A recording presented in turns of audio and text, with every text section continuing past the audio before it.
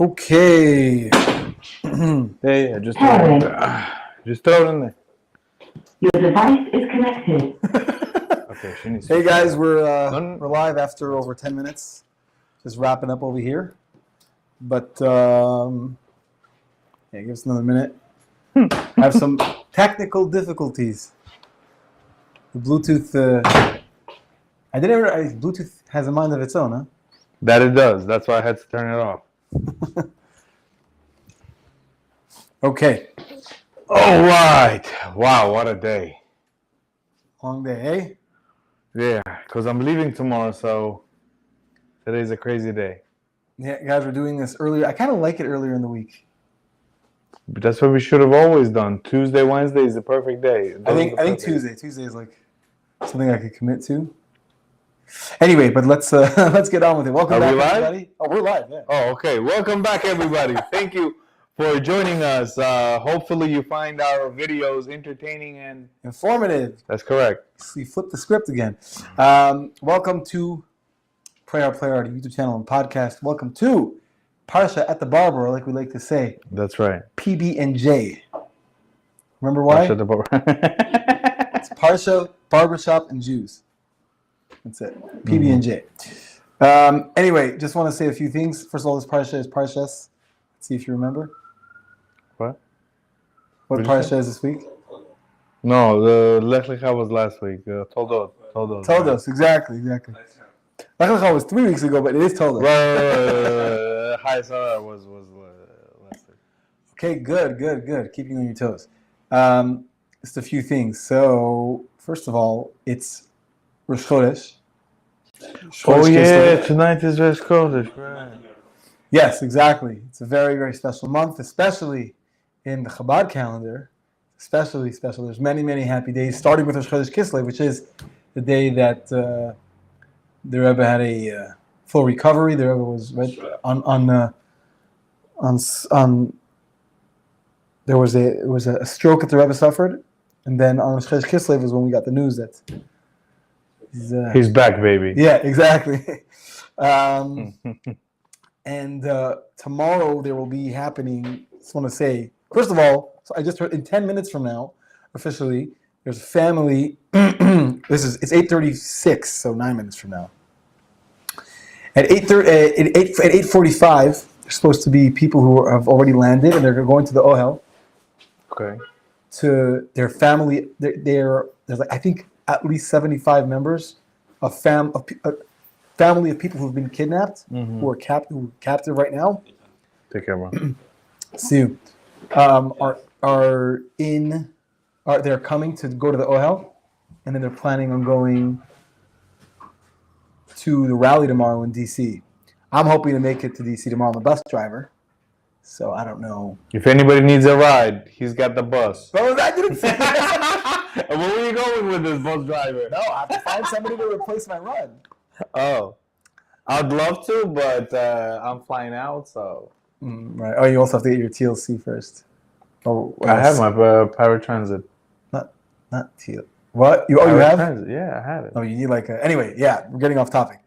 Class A. I have Class A paratransit. Really? You have Class A? Endorsement. Yeah. Oh, you passenger endorsement. Really? You have school bus endorsement? No, but I think you could drive with passenger endorsement. Well, it's not school. You technically could drive. Yeah. You could drive to the rally. Yeah. All I need is a bus now. What? All I need is a bus now. All I need is a bus, exactly. Yeah, so I'm hoping to make it there, but crazy stuff happening. If you don't make it there physically, you'll be there in spirit. I mean, I want to really be able to document it, but we'll see what happens. I'm sure there'll be plenty of reporters there. No, obviously, Oh, okay. I'm not worried about it being reported. I would like to, capture it for his mail. But anyway, so, yeah, just wanted to mention those few things. And Trump 2024. Is that where you're going with this? Maybe. It's a free country. You can say whatever you want. I'm for Mashiach 2023. That's where I'm Amen to that. You know what I'm saying? Well, he's near. Yes, Mashiach is going to be here soon. Definitely near. Yeah, Bezrat Hashem. Okay, so All right, so take us away. What you got for us? yeah, so Parshas Toldos. So let's just get this Parsha talks about literally the fight between good and evil. That's right. It's that's why the thumbnail of the video is evil is temporary and good is eternal.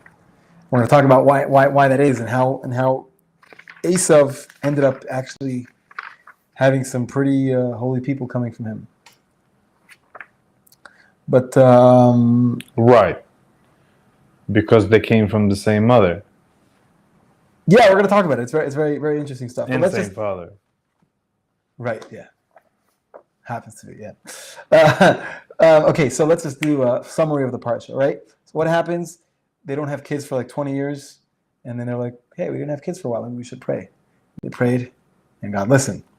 And she got pregnant with twins, and they started to make. There was a rumble inside. Yeah, they started to, they were breakdancing inside, and she's like, "What's going on?" She goes to Yeshiva of Shem, asking what's going on, and she's told that she has two nations that are going to be born from her, and they're forever going to be in conflict. They're not getting along too well. Right. Then Yaakov, as they're born, Yaakov grabs the heel. We're going to talk about that a little bit. And Yaakov was always learning, and Eisav was a man of the field. He was a violent dude. And it talks about how Eisav ends up selling his right to the firstborn for lentil soup. For some red soup. I don't know. I've never seen lentil soup being red. It's always brown or greenish, no? Or brownish. I've never seen red lentils. Did it say, other? I guess it was, Have you? I guess lentils could be red. I don't know. Okay. And then Yitzchak goes to Gerar, and he does what his father did, which is that he was afraid they were going to kill him. So he says that Rivka is his sister, and Abimelech already knew better than to take his word on it. He understood, and he took a little peek and realized that, nope, they are not brother and sister. And then you see that Yitzchak redug the wells of his father. He also dug some of his own wells. The first two wells that he dug, there were fights over them, and then the third one, there weren't fights. And it was called Rechoves because it was, that was without any its expansion, without any fights, without any, without any conflict encroaching on their. And Yitzchak wanted to give a bracha to Eisav, and Rivka sends Yaakov to do it, and Yaakov ends up getting the brachas, which he deserved because he acquired the firstborn right? Not only that, because he knew that. Rivka knew that if Eisav would be in charge, chances are he would starve him to death. So she said, "You need to take the blessing in order for you not to starve to death, not to rely on your brother." Okay.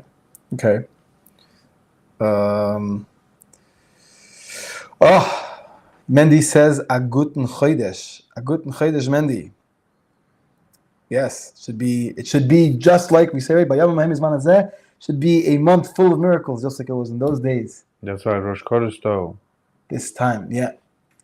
And then at the end, Yaakov has to run away to Lavan, and the Parsha also, the Parsha also talks about Eisav's wives. He talks about earlier in the Parsha. I didn't do this in order. This part it talks about his wives earlier, and then he married a third wife at the end, and that's where the Parsha ends. Okay. Hold on. Eisav had 3 wives? I think he might have had more than 3 wives. I'm not sure, but it mentions. I think the Parsha mentions that he had him marrying 3 women. I don't know if it was at the same time, whatever it was. Yeah, it's not surprising. Okay. Yeah, especially in that region. But not only that, he also, one of the sins he did was he would take women away from their husbands. Oh yeah, of course. Yeah. So, so let's talk about just like their so-called prophet many years later. Who is their prophet? Oh, well, that's Yishmael. A prophet, right? Yeah. That's Oh, Yishmael. yeah. I mixed them up. Yeah, you're right. But yeah, A prophet with no prophecy. prophet who can't read. Anyway, We digress. yeah, we'll focus on us. Is that your sweater, or did he leave his sweater here? No, that's my sweater. That's my sweater. Okay, so after a year, Ilya got me hooked on Zeresh Rishon. And so I started buying it book by book, and so we're gonna start with something with Zeresh Rishon or Zerashim Shoyim. We still got to do that reel where we're arguing over the pronunciation. We have some fun stuff coming. Some fun stuff coming in. Instagram and TikTok and all that good stuff. And bloopers. And Okay. Now we have to do it because we promised on live YouTube. And this Twitter time don't and break Facebook. anything, please. That was 2 weeks ago. I didn't even talk about that. If you guys saw the show 2 weeks ago, the camera kind of timed out. That's because when I tried to do a somersault and it cut out because I hit the wire and all of the cameras attached to the computer became unattached. For a second there, he thought he was Sonic the Hedgehog. Oh, gosh. Anyway. How did that work out? It was good. Everybody survived, including the computer. Yeah, Okay. So, here's something very interesting that Zeresh Rishon says. First of all, it mentions Yitzchak ben Avraham. Right? It says these are the sons of Yitzchak. And it says that Avraham gave birth to Yitzchak. Okay. So, it seems a little bit extra.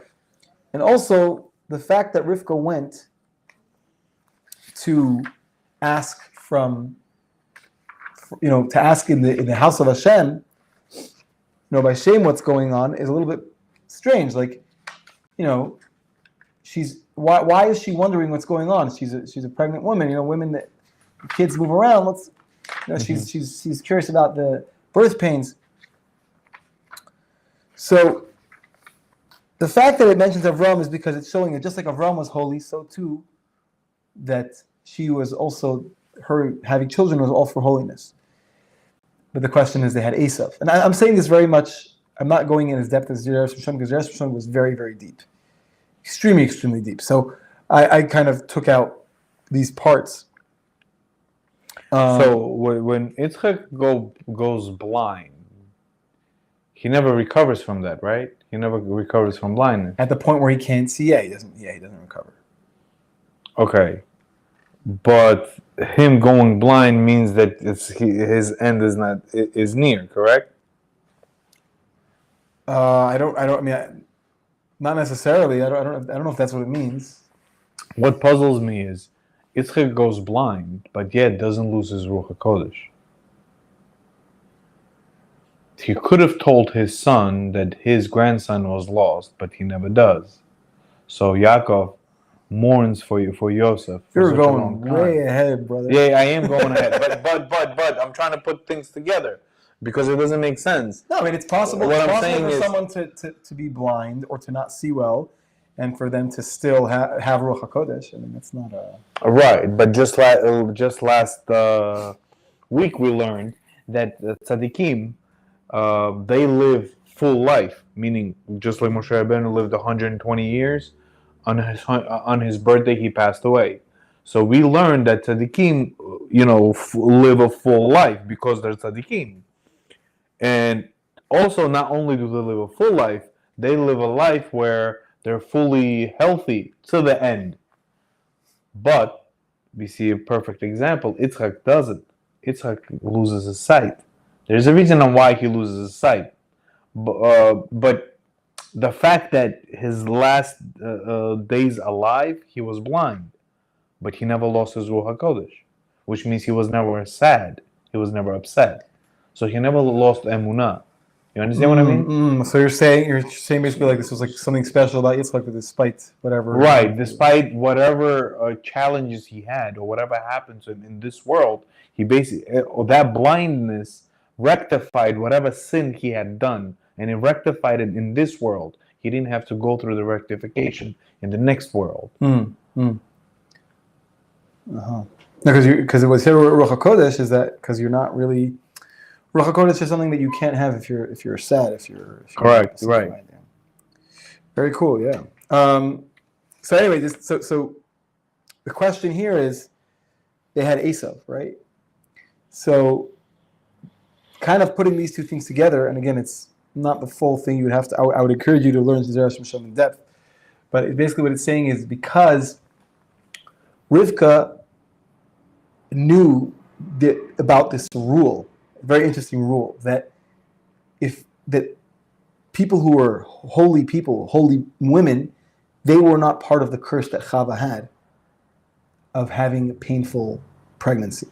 Wow. And one of the things that about it being painful to have children was that not only would it be painful during birth, that also they could be giving birth to someone who's wicked, who's a Rasha. So she was asking herself, one of two things I've got wrong. Either I'm not a tzedekah. Either I'm not a tzedekah, and that means that I might be having a child that's not holy. That's a Or and what did she say? Rasha. And she said, why should I want to have this child, right? Or, like you're saying, or it's not true that women who are holy aren't part of the curse of Chava, and they also have pain, which in that case, I could also still be giving birth to a son who's wicked. And so she was very troubled by this because she didn't want to bring anything unholy into this world. So that's why it was a spiritual question. And the answer that she got is that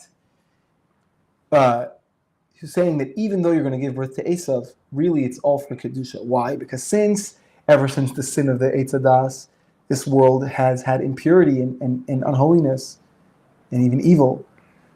And inside the impurity, there's sparks of holiness that need to be redeemed. That's going to happen through you. You're going to give birth to someone who is Eisav, who is not exactly holy. But later on, there's going to be many people who come from him who are going to become converts. We're going even people who are not converted to Judaism, but they're going to help the Jewish people, and they're going to do good deeds, and they're going to get people. So, and that's why you see, actually, it's very interesting that you don't find that many Arabs who convert to Judaism, right? Unbelievable. Just got this from a German guy. I don't know what German is. I'm all right, thank you. I'll give it to you for $2. I'm all right, thank you. I appreciate you. Humbly and respectfully, without selling anything or offering anything, because I think basically reselling. We're kind of in the middle of a video. Oh my! Hey, at least they know it's live. Have a good one, man. Hey, just throw a coin. I trouble you 50 cents, meaning halfway, throw a quarter. It'll give you good luck. I said so. Sorry, man, I don't have any I'll change. throw it at you. I'll give you each one quarter. Because I got the inspiration to do so. Thank you, man. Thank you. Just manifest that right now. Awesome. Hey, it might come in handy. You don't know why. Well, your quarter went a long way.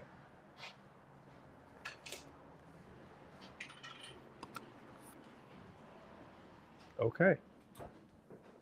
Why not? Put in a pushka. Dude, that was weird. Guy walks in with a cross on his forehead. Yeah. Okay. Wow. Well, That was a little weird. we're just talking about like This is New York. other nations and anyway, I don't know. I don't even want to connect it. It doesn't matter. There's nothing to connect. Yeah, that was It weird. is what it is. That was really weird. So basically, I know I digress, but how can people get tattoos on their faces? That makes you so unemployable. no, depends where. You'll get employed really, really fast in the But tattoo on your parlor. face, like, what are you thinking about? How can anybody take you seriously? You know what I mean? Yeah. Am I too old-fashioned? No, I agree with you. It's just the mistake that a lot of people make is that you think everybody thinks like you. We think that everybody has the same values as we do, but they don't. Right? Yeah, that is so weird. But anyway, so basically, so this answers two questions. How could it be that this is associated with Abraham, and Abraham, right? Abraham and Yitzchak had children, someone like Eisav, especially because Yitzchak was a tzaddik, the son of a tzaddik. The answer basically is that through Eisav, there were a lot of holy things that came out of that eventually. And like I was saying earlier, is that you don't see a lot of converts from Ishmael, right? Converts, most people who convert to Judaism are more from Eisav, and not from Ishmael, because of this, because the most of the holy sparks are found within Eisav. They need to be taken out. And some of the converts were people like Antoninus. Antoninus, we're going to talk about that in the Gemara Yerushalmi. It mentions that he was an emperor of Rome, and he eventually became a Jew. We're going to talk about that in length more soon. But actually, one of the things it says that Maximus was a convert. Did you know that? Maximus? Who's Maximus? Maximus Aurelius something. Oh, so I don't know which The general. Oh, what's going on here? Well, he's not a general. He's an emperor. Right. So I think that was his son, Marcus Aurelius, or something like that. Marcus Aurelius, right. So I don't know which one was Antoninus, because the question is which Antoninus from the Gemara is actually the Antoninus which emperor was that? Because there's Marcus Aurelius, there's Antoninus Pius or I don't know. No, Marcus Aurelius is him because he fits the right timeline. So the question is, was he the son or the father? Because I think I looked it up briefly.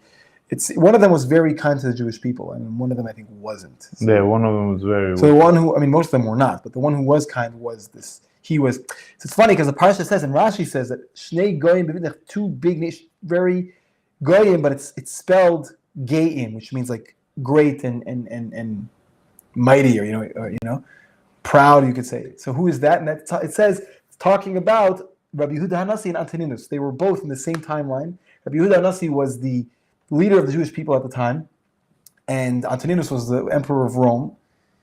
And it says that both of them always had all the food they could have. They always had radishes. I think those were food that weren't always found. It was rare. They always had it no matter what throughout the year, no matter what. So they were very, very wealthy. But it mentions them. We're going to talk a little bit more about Antoninus and his whole story, actually. But what do you think? It's just funny that wealth was determined on how you could have a certain vegetable throughout the whole year. You know what I'm saying? Yeah, they had an abundance of horseradish throughout the whole year. And I think it was radishes. The point whatever it is, the point is that the fact that you could have it at any time of the year means that you're a wealthy man. You could afford to. Because it was before GMO existed. Yeah, that's what I'm saying. It's crazy. Yeah. It's crazy because if you tell this to anybody who's a 19, 20, even 30-year-old that doesn't understand the difference, that hasn't seen the 90s or, yeah, they're going to be like, what are you talking about? Vegetables. It's just vegetables. Who cares? You can make it. You understand what I mean? Yeah. But to wrap your mind around all these little details, most people don't pay attention to them, especially now. You know what it's like? It's when they show a picture of a pencil and a cassette tape, and they ask you what's the relation between these two things, and kids nowadays don't know. They're gonna be like, what's a cassette tape? They won't even recognize what that is. People. I saw a video where a father was like, "You listen to music with this. Do you know how?" And they're like, "Oh, you put the headphones in here," or, and they have no clue because just like we probably, I don't know. There's probably stuff, if you showed us the first telephone, you'd be like, "What the heck is this?" Yeah. Yeah. But I've seen the first cell phone. Yeah. Well, it was a brick. No, even before that, it was what's his name? It was like a luggage you had to walk around with. A suitcase. Oh yeah. It was a suitcase you had to walk around with. So the dude that walks around with a suitcase is the dude that had the phone. That's kind of Had to be reached at all times. That's really funny. Okay, so let's go and talk about some other stuff over here.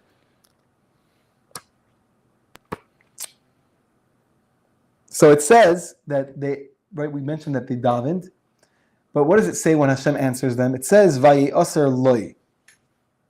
Now, before we continue, I just want to read a comment. Yeah, we're going to read a comment over here. It says, side question, did Yishmael have the status of a ben shifcha, meaning did he have the status of the son of a maidservant?